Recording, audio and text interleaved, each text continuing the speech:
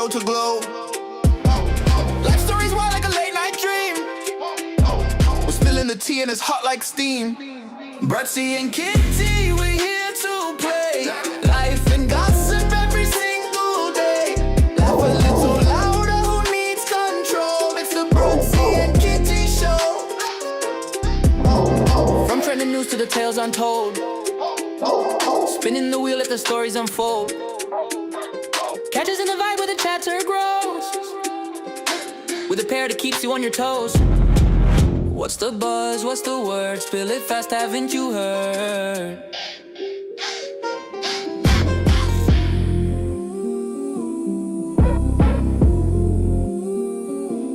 BRUDDC and Kitty, we're here to play. Life and gossip every single day. Laugh a little louder, who needs control? It's the BRUDDC and Kitty show. Truth or dare, we're taking the leap. Stories that'll make you laugh or weep. Tune in now, let the fun explode. This is your stop, it's the BRUDDC code.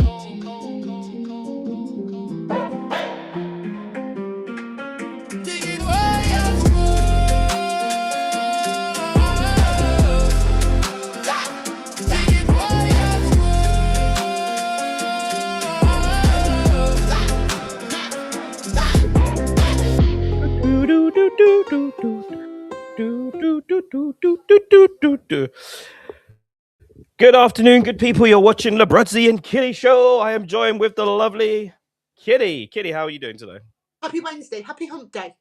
I have to keep reminding myself what day it is because I am just lost completely. Just lost completely. Don't know where I am, don't know what I'm doing, but I'm here. Well, at least you're here anyway. And I know you said routines have been messed up in your household and stuff, and that can discombobulate everyone in the house, can't it? Sometimes when routines are, and especially when there's autism involved and stuff. Can only imagine. Autism knows that the key to anything within the house is uniform. It's consistency. It's this. It's that.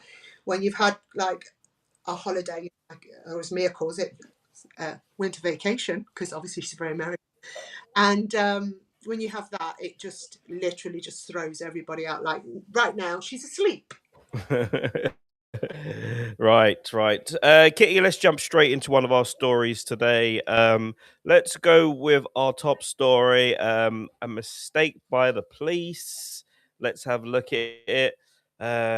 Grieving for 22 days. So my understanding is in December 2025, a tragic car accident happened and two people tragically and one person tragically died, and there was a case of mistaken identity between the two people that were in there, and one parent was told that her son was dead, and the other was told that their son was fighting for his life. When he came round after 22 days, he said, "Wait a minute, you've got the wrong person over here."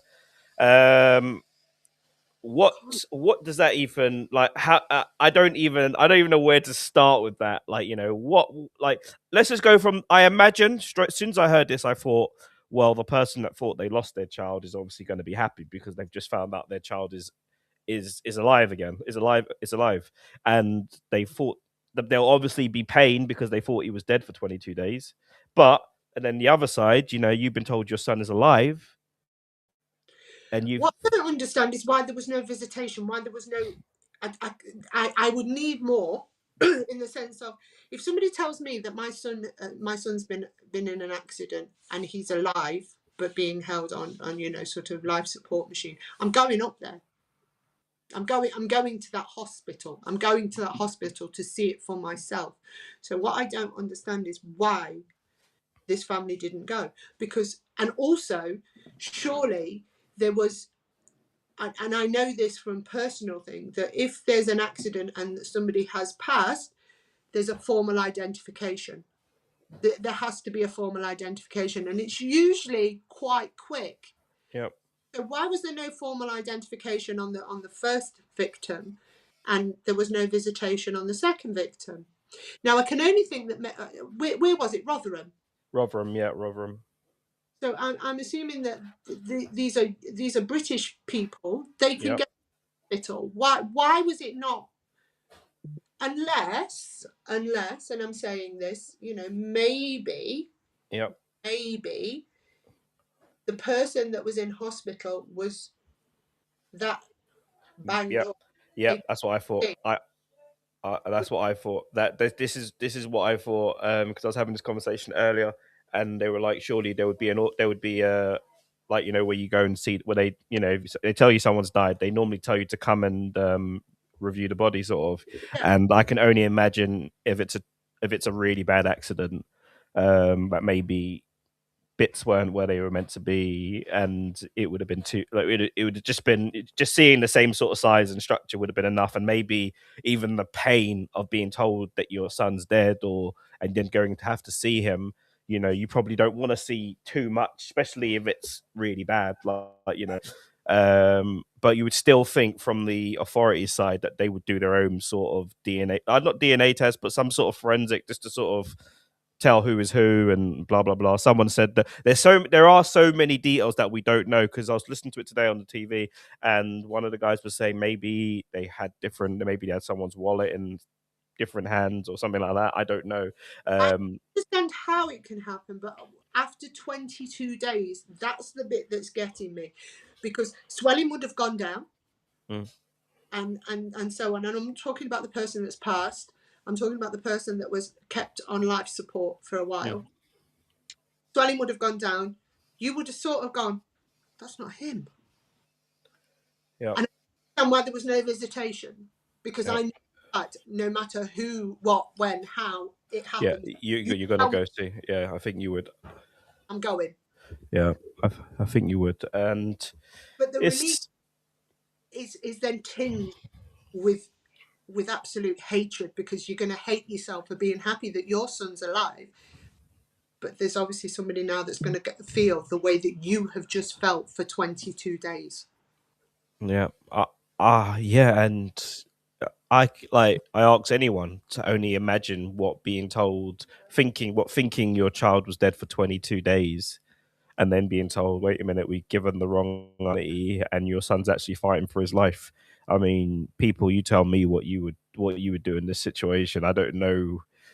I think any parent would fall to their knees. Any Yeah, parent for sure, would for sure. You'd be fall to, re- you'd be you'd think it's a miracle from God, wouldn't you, or something? You would think that would certainly get you into church. I reckon you would definitely be thinking, blimmin' hell, 22 days of heartbreak, of all the flashbacks. 17-year-old kid, like, this would be that would be torture, and then for the other side as well, even more torture. You told your son's fighting for his life, and then comes out of his coma.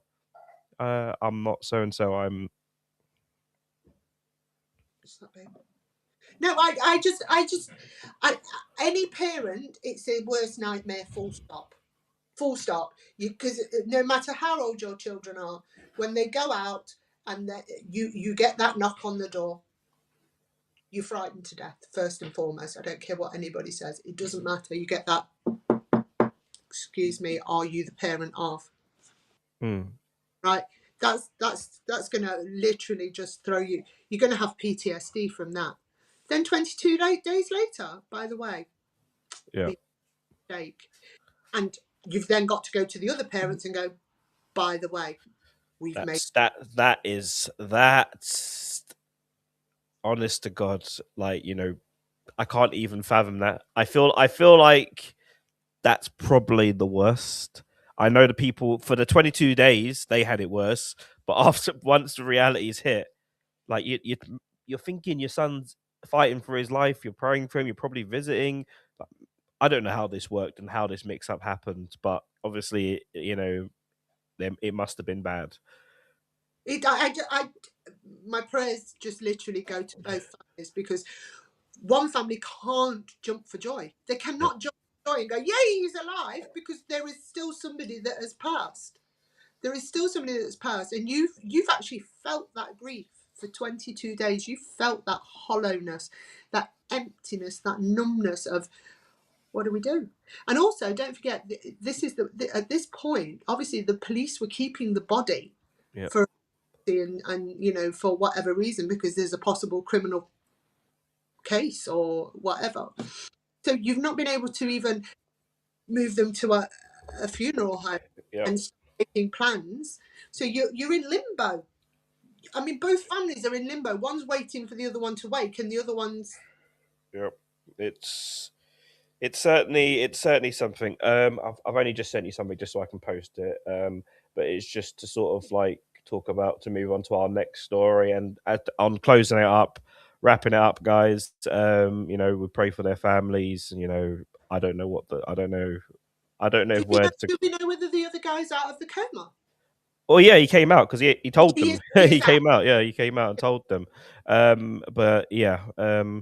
Let's go on to our other story. And like I said, thoughts and prayers for the family. I hope they Yeah, can, get genuinely. get therapy or get whatever it is they're going to need.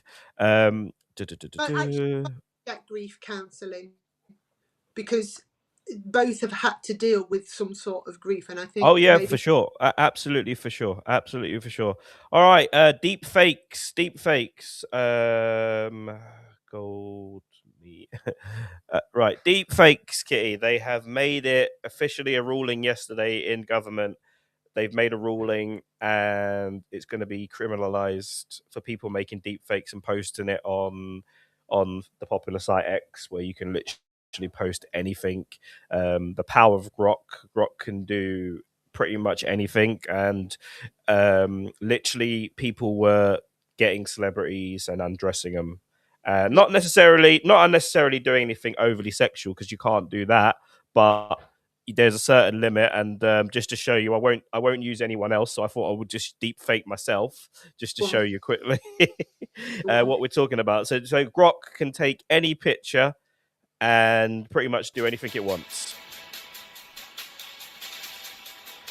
So if it decides it wants to see if it decides it wants to see what you look like in a bikini or a bra, Grok can do this very easily for you.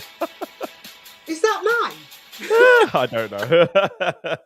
That's one of mine. I don't know, but that is dangerous, though. Let's just say that is It is. dangerous. We're seeing what AI can do nowadays, and it's mental. As we know, there are so many, and we were talking about this with Anthony Joshua the other day. When you get that news or you see that post, the first thing you do is you go and investigate. So you see a picture of, let's say, a celebrity undressed, maybe doing something that looks like something. You're going to go investigate. It's got those clicks. It's got that bait. It's got, they've got you. It's not fair, is it? If you choose to show your body, Yep. your body show, but how dare you do that? I just think it's an invasion of private.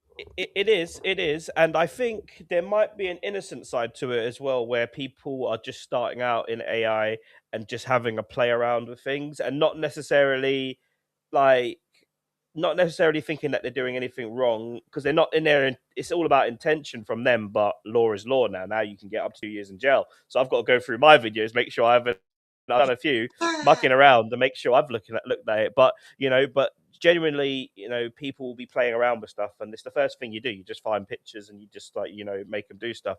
Most of the pictures I've done, I think, are celebrities basically in their bikinis anyway. Yeah, but the one that I would be careful with is the Cynthia and. Oh, the biting one. That's not sexual, though. I don't think that's right, isn't it? I don't know.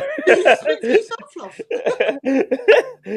It's my arse in jail. You won't visit. You'll be visit me in jail. Let's have a look and see. Let me have a look and see the Cynthia one. Okay, that one's. I don't think it's sexual. I don't think it's. Or maybe one of them's the one with. Maybe one of them could be construed that way. Let's have a look and see. All I'm saying is just be. Yeah, no, it definitely ain't worth it. I ain't getting paid for it, so I ain't getting paid for it. Let's have a look and see. I think if you think. If you're not sure, delete it. Basically, Yeah. this is the time to delete, guys, and I'll delete 25,000 views deleted from my Instagram. Look at that. Right. What I would say is this is how you measure it. If it was a true story, Yep. it'd be considered revenge porn. So if it's a true story, it could be. Yeah. Imagine you've got that video. It's real. Yeah. If you've made a video that looks that real, that people will consider this revenge porn. Yeah. We know that's a crime right now. So if you've made a video with somebody, and I will say this to everybody, right? No face, no case. keep your faces out of it. If you want to make videos and you're not getting paid from it, keep your face out of it. Yeah. It got me. Hey, how's it going? How's it going? Britpack TV, how's it going, sir? We're just talking about the new ruling, deep fakes, and obviously this is an awareness show as well, guys. Like I said, harmlessly, like, you know, people like to play with AI and do funny videos and stuff. But if you're undressing people with deep fakes and stuff, you need to be careful because you can get up to 2 years in jail for it now, guys. It's a law. It's a law that was passed yesterday. I think it's going to be more for people doing like really bad stuff, like, you know, like, but I'm not sure. Good, no, of course it's good law, of course. Yeah, the way it Yeah. is, if the video or picture was real, would you be prosecuted for revenge porn? Yeah. I don't think you want to take the risk with this, guys, either. So especially if you're not even gonna, most people don't get paid for the stuff they do anyway, to be fair, so on social media. But yeah, it's definitely something I'm gonna it's got me scrolling anyway to have a look and see. Also, think about it this way: you could end up on a list. Is it worth ending up on a list that you don't get off sometimes for between 10 and a lifetime? And that's jobs, it stops you get. Is it worth you ending up on a list? If you're making millions out of it, maybe. Yep. I should say as well, the police were knocking on doors, and I think it was actually in Nottingham as well recently regarding the fake fire sticks and stuff. And did I see that? Did I see that right? And people that are just consuming, watching the content, fine, but you've got people that want to broadcast it. You can't do it anymore. You get time. I see some guy doing it the other day on TikTok, like, you know, and I've been there, you know, where you're trying to grow a platform and you're trying to get views, and the best way you think is to show the match. You can't do it. Most of the time, people don't follow you. They unfollow you after they've watched the game. Your channel gets deleted. I've learned the hard way from it, and I was trying to speak to this about it, but he was showing a game, and he was getting, there was about 2,000 people in there, so he's thinking, I'm loving life, I'm getting all these things. But 2 years in jail, mate, and nah, you can't do it. You can't do it. No, Nottingham, there's been a big, massive crackdown. I mean, obviously, I haven't got one. Yep. But from what I've heard, those people that have still got one, yep, it's not working. Really? So, yes. So they may have found the kingpin and shut that down, or the person has shut it down as a, you know, as a moment. And for the people that do buy them, so do they just buy the Kodi? They buy the Amazon Fire Stick, and is it Kodi they install on there or something? The ones that I've seen, you buy the Fire Stick, you open the Fire Stick yourself, they walk you through it, and then an app, and then everything is on that app. Wow. Premier Leagues. Some, I think you pay monthly, or you can pay yearly, and you get a subscription. And when I say a subscription, you get the subscription to everything: every Premier League game, every European game, every boxing match, every pay-per-view, every film, every, you know, everything that's you can get on the internet appears. Yeah. So wow. That's the way I see it, and I do know that there are a lot of people screaming on Facebook and everything at the moment, going, "My Fire Stick's not working," and I'm thinking, yeah, well, we know 50,000 people have had a knock on the door. Yeah, it's big business, isn't it? It's really big business. The government are ripping us off. Britpack TV, I'm not paying for Sky. You can't go to jail for it. I don't think you can go to jail for consuming the content. You can go to jail for broadcasting the content, like what some people are doing.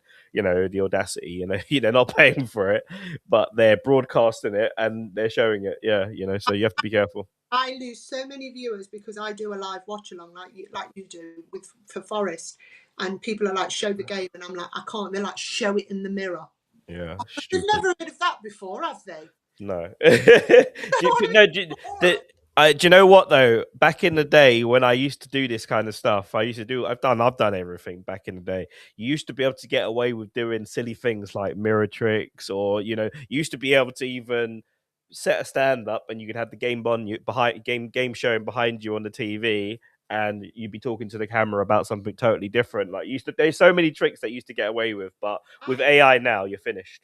I wonder if you were, if like for me, if I was to go to Nottingham Forest and because they have obviously their Forest TV that you can pay for, and I wonder if you sort of went to them and got some sort of license that maybe that would work. But even so, I don't think you'd be able to broadcast it to thousands and thousands. No, you go to jail for that kind of stuff. And that's what they were using this argument when they were talking about deep fakes, because unfortunately, the more sinister side to this deep fake stuff on Grok is that people are using it to undress children, basically, and Yeah. put children in bikinis and stuff. And this is the kind of stuff that Elon Musk isn't too bothered about. Like, he's like, if it's illegal, we'll look into it. Like, of course, it shouldn't even have to be illegal, Elon Musk. If you've got children being undressed and put on your bloody X page, that should be enough. Morally, that should be right. But in business, there's no morals. You can't become the richest man in the world in business and then have morals. Like, this guy don't have no morals.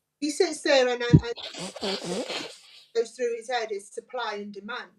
Mm. But we don't want to supply that. That should be moralistically. You don't want to be the person that is supplying that sort of material. I know I wouldn't. Yeah.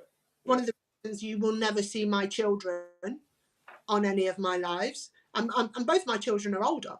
Yeah. But you won't see them. You'll hear them talk. That's Mm. And this is, don't forget, this is a man that has literally said one of his children is dead. Yeah.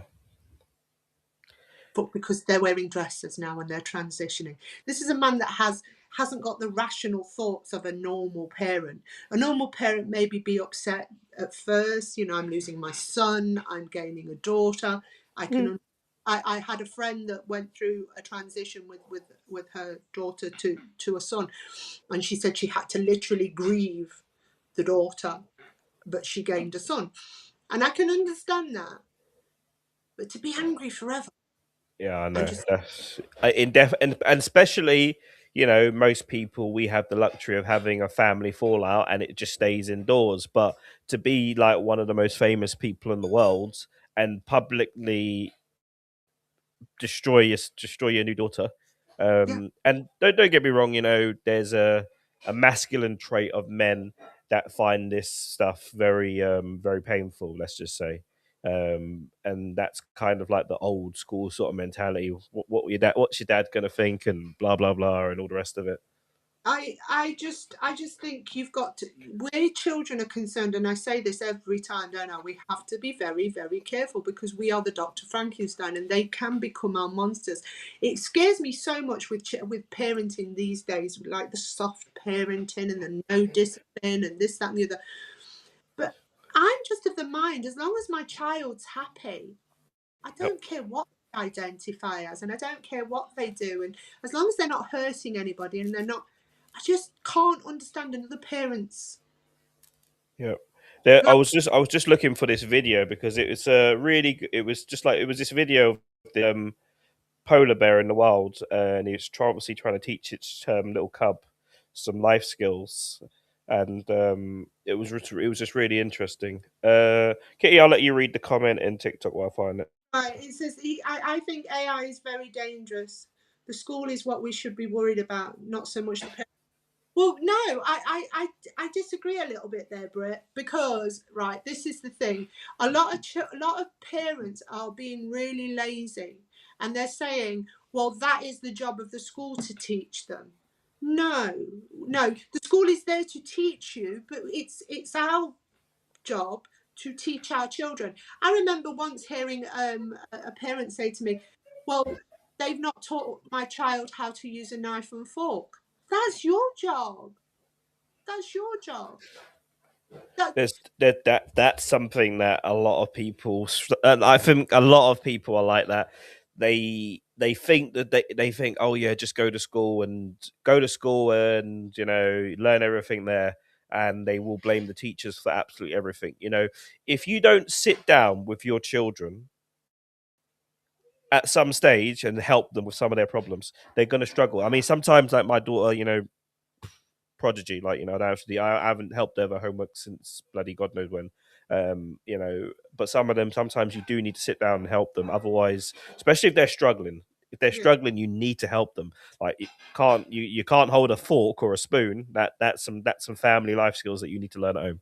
That's a you problem. That's not a school problem, isn't it? That's not. It's not up to the school. But what Britpart actually means is that the schools are teaching children about sex education and things like that at early, like 5 years old. I don't believe that's the time to be teaching children anything like sex. But we do need to teach children about boundaries and their bodies. So maybe we need to look at that curriculum and tweak it a little bit, because there's a difference between sex education, teaching about, you know, this is all mine and you have no right to touch it. You know, I like that teacher did in it was in Yep. South Africa. Yep. We need Yep. to teach. We need to teach our children, because unfortunately there are wrong uns out there. We need to teach children about that sort of behaviour. But do I believe that we should be teaching them about sexual relationships? No. No, it's interesting because what they always do is they always use other countries as case studies, and they show that, like, you know, we tried to restrict our children in this country, but our pregnancy is crazy. It's like out of control. I don't know how bad it was now, but I know like 10 years ago we had a real big problem with our teens getting pregnant straight in school and stuff, and they were like, look, other schools, they have sex education just as early, maybe even earlier. They're much more open about stuff, and their teenage pregnancy is like way lower than ours. Like, But then that again, that's not a school problem. To me, that's not a school problem. That's a parent problem. I have always been very, very open with regards to sex in my house.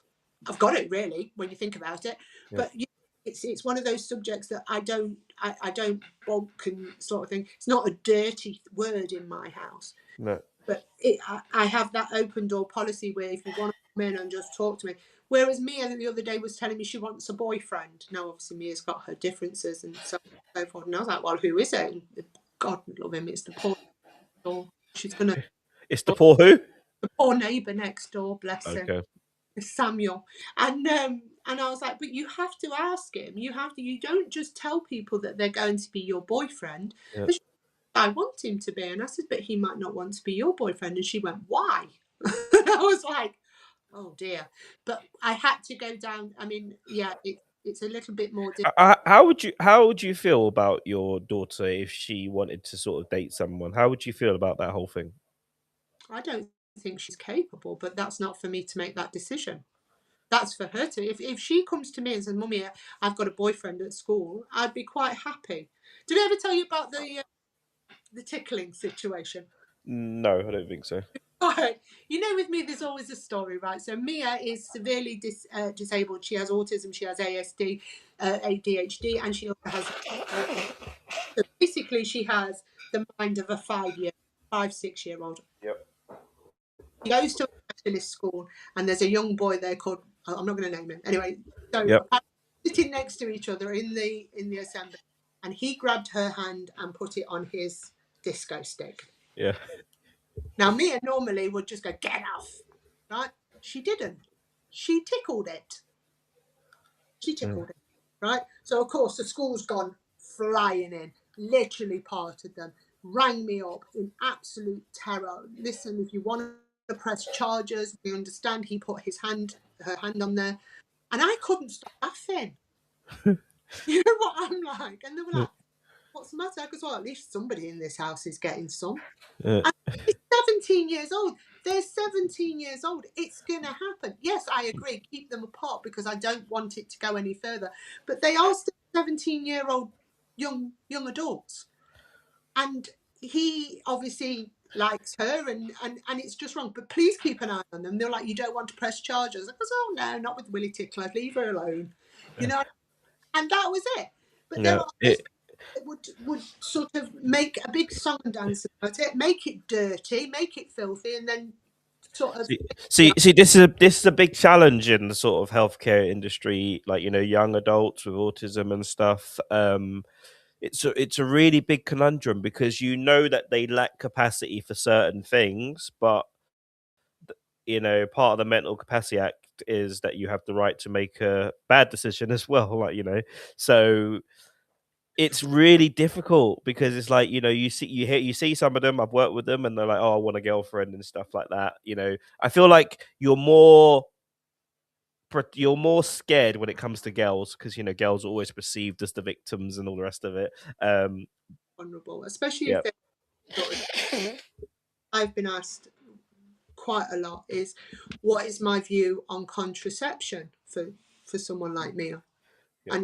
And unfortunately I can't get her to take it. She just won't take it. She won't have the jab. She won't have anything. If I had my way, I would have her have a hysterectomy. Wow. I don't want her to ever be taken advantage of, and then the advantage, you know, what happens then is she's and trying to explain to a young lady that is like Mia what is going to happen to your body right now, or having to make that decision that she's going to have to end pregnancy or something like that is so complex. But then I also have to ask that question: what right have I got Yeah. to her body? Yeah. Yeah. You know, Brit Pack said, my kid's got autism. They are harsh on him at school. They kicked him out for fighting.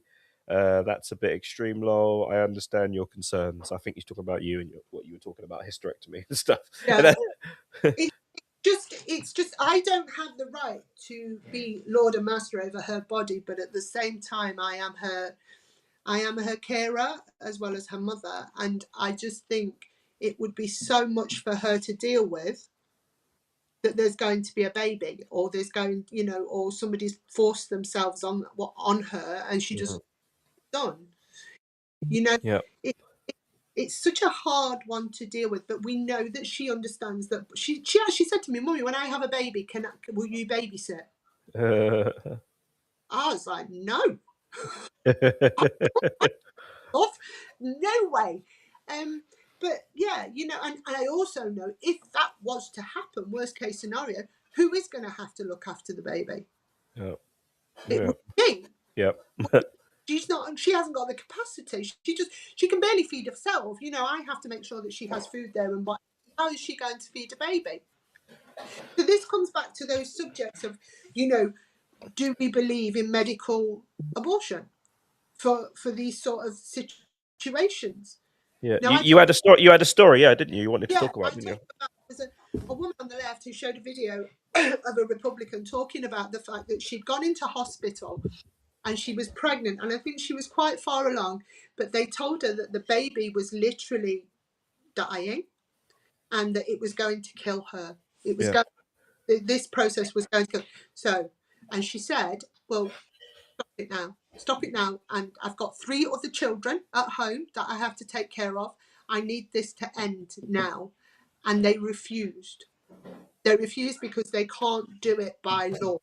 Yeah. By law, and not give her that what she needed at that time. They said the worst case scenario, you need to miscarry. You need to make yourself miscarry at home. This is what you need to do. They gave us sort of ideas of how to do it. And then to see this woman that was on the left go, well, you voted for this, love. Yeah. This you asked for. This is when you voted for Donald Trump. This, how dare you? Yeah. How dare you? To laugh at that sort of situation. She was laughing. You know, you did Yeah. it. But this is American politics now. You know, the Democrats and the Republicans, like, you know, this whole like policy, this party divide at the minute, it's separating families. People aren't speaking to each other. They are really deep into this now, like, you know, and a lot of people feel betrayed by Trump because they feel like, you know, he got a lot of votes, like a lot of minority votes as well, and a lot of people feel that he just let them down. Like, you know, he's just thrown them to the side. Like, you know, he's bombing all these countries, kidnapping presidents and their wives, talking yeah. about talking about taking and selling their oil, like, you know, and bragging about it. He's like, Yeah, he is. why do China and Russia want to have a problem with me? They want to buy oil. I'm in the oil business. We're selling oil. But it's part of that, you know, an absolute criminal. The best part of it is one of his sort of politicians that was with him was like, yes, but also we have to remember that they've been selling fentanyl and they've been doing Oh, this. here we go. And he went, and then he just went, and what about the oil? You know, like almost like the guy was trying to like, shut up. We know about the oil. The oil, shut up. And he went, yeah, but what about the oil? And I thought, oh, Donald, you're not helping yourself at all, are you, love? Do she just do a line? Really? Do she just do? Did I just do a line? No, I'm not on the slopes, babe. No, I've got a bad note. I've got a cold. I'm battling, so you'll see me sort of using this bit of kitchen roll that I'm sort of battling to keep hold of at the minute. A But bit of a cry because I've been watching that Jessie Nelson. all right, let's move on to the final story, and this is the Jessie Nelson story, guys. Very tragic story. I'm gonna need something. 1 second. Oh god, 1 second. Let's get the story up. Oh. There we go. Go. You couldn't dash one of those through the freaking Yeah. screen for me, could you? From my nose. This is Does anyone do this? End up with like a bit of kitchen roll that looks like it's been killed. Right, here we go. It's Jessie Nelson, isn't it? Rightio. This is her plea to the world after finding out that her children were diagnosed with SMA type 1. The girls have now been diagnosed with a severe muscle disease called SMA type 1. For those of you that don't know what SMA type 1 is, it is the most severe muscular disease that a baby can get. It stands for spinal muscular atrophy, which can affect, well, it does affect every muscle in the body, down to legs, arms, breathing, swallowing. And essentially what it does is, over time, it kills the muscles in the body. And if it's not treated in time, your baby's life expectancy will not make it past the age of 2. Jessie Nelson has shared a heartbreaking update about her twin daughters. The former Little Mix star revealed that her 8-month-old babies have both been diagnosed with a severe muscular... Okie dokie. I don't know how she's. Well, I know you have to keep going. You have to keep going. Yeah. The thought that those babies are going to deteriorate over time, it's heartbreaking to have to sit and watch any child deteriorate. We've just been talking about how a parent feels when an adult child is taken away, or you have to sit and watch them in life support. But to watch babies that can't tell you how they will, tell you what they're going through, tell you that they're in pain, and then to feel like to yourself, I did this. This is my fault. And we know now that there are screenings that can be done, and and things that can be done to prevent this. You just think to yourself, have I done this? Have I broke my child? Yeah, I believe what's come from this is that she wants there to be more awareness regarding this, and she wants there to be screening for it, because one of the things that they can do is they can provide a drug that will stop the muscles that are working deteriorating any more than they are, or completely stop it. So whatever functions they have control over, this drug apparently, if you can get it in time, will prevent. If it's, let's say, like some babies have their arms, legs, and chest and breathing's all good. If they get that drug, they'll most likely be able to live a better life, I would say. Problem is, and here's a big problem, is that drug is £1.3 million, and I don't know if the government are willing to sort of pump that kind of dough out. But in the scheme of things, how much does it take to care for these children? And and I know that the care business is how expensive it is. Yeah. how much it costs to literally keep a child like that in the care that they need. Like you say, some of these people need 4 or 5 carers. Yeah. The long term, is it cost effective? I don't know. You know, the care that my daughter will need for the rest of her life if I'm not here is going to cost an absolute fortune. I'm actually going through something right now where I'm trying to get a sort of carers to come in that I don't pay for, Yeah. but I hide my sort of financial situation and things like that. It's very intrusive. It's very, you know, it's very intrusive, and it's enough to put people off actually going through it as well. It is, but I understand that if I don't do this, I will not have a plan for Mia after I'm not here. And I need to do this. I need to do this for Mia. The thought of twins with this sort of wastage and the possibility that they won't see a certain birth, or, you know, a friend of mine was told very similar about his child. I will say this: they told him he wouldn't make 5. He's now 23. Yeah. But didn't they tell Katie Price the same? Yeah, they did. They did. And recently, someone with the exact same thing, this what is it? Is it SMA? What's it called? I think it's SMA. Recently, they told a kid that he would never walk, and the kid's walking, basically now. So it's after taking the drug and stuff, like, you know, there's certainly big ups to these drugs that the ones I looked. It's a 1 in 10,000 diagnosis in the UK.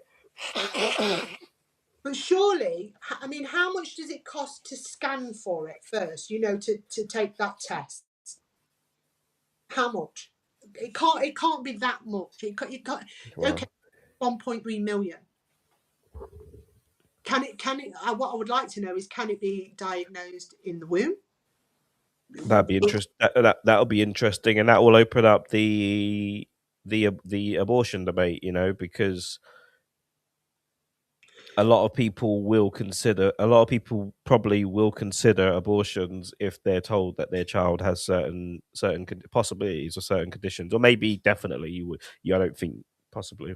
Chloe's just explained that when she was pregnant with the twins, they had a possibility of what it's called twin to twin. Yeah. One of the twins their bladder wasn't forming and things like that. And, you know, she said at one point that she nearly lost one of the twins. Wow.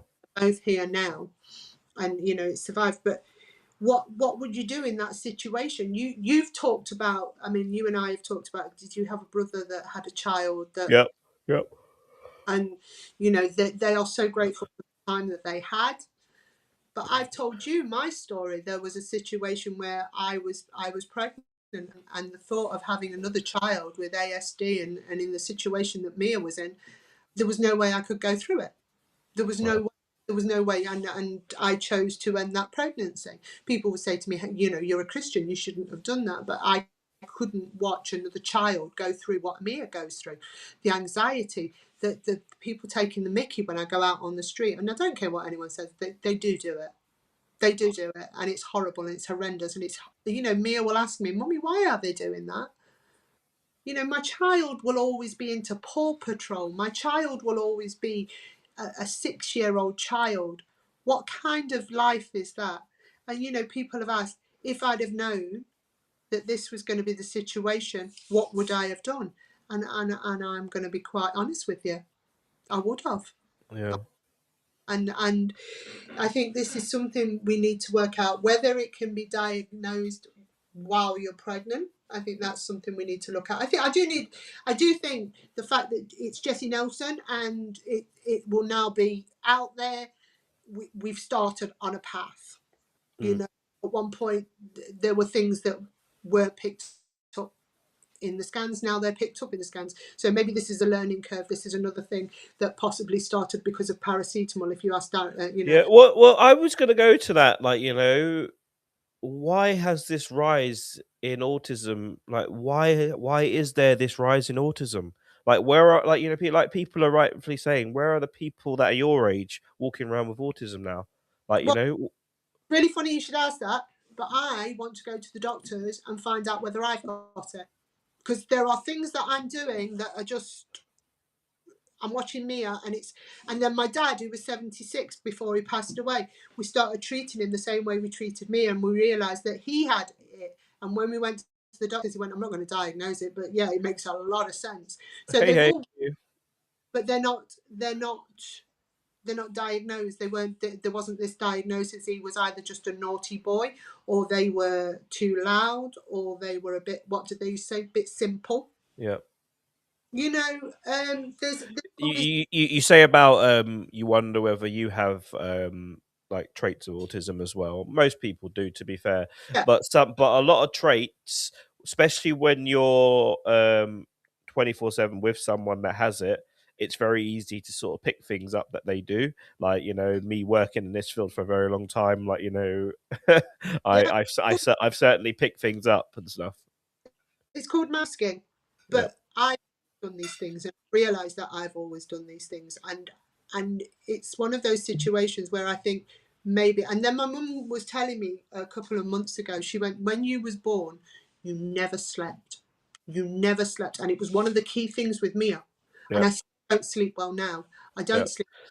Katie, do you want to come over to TikTok? Because we might get people to come in last 10 minutes. Peace and love to guys on BNK Live on YouTube, guys, and all the other platforms. We're going to go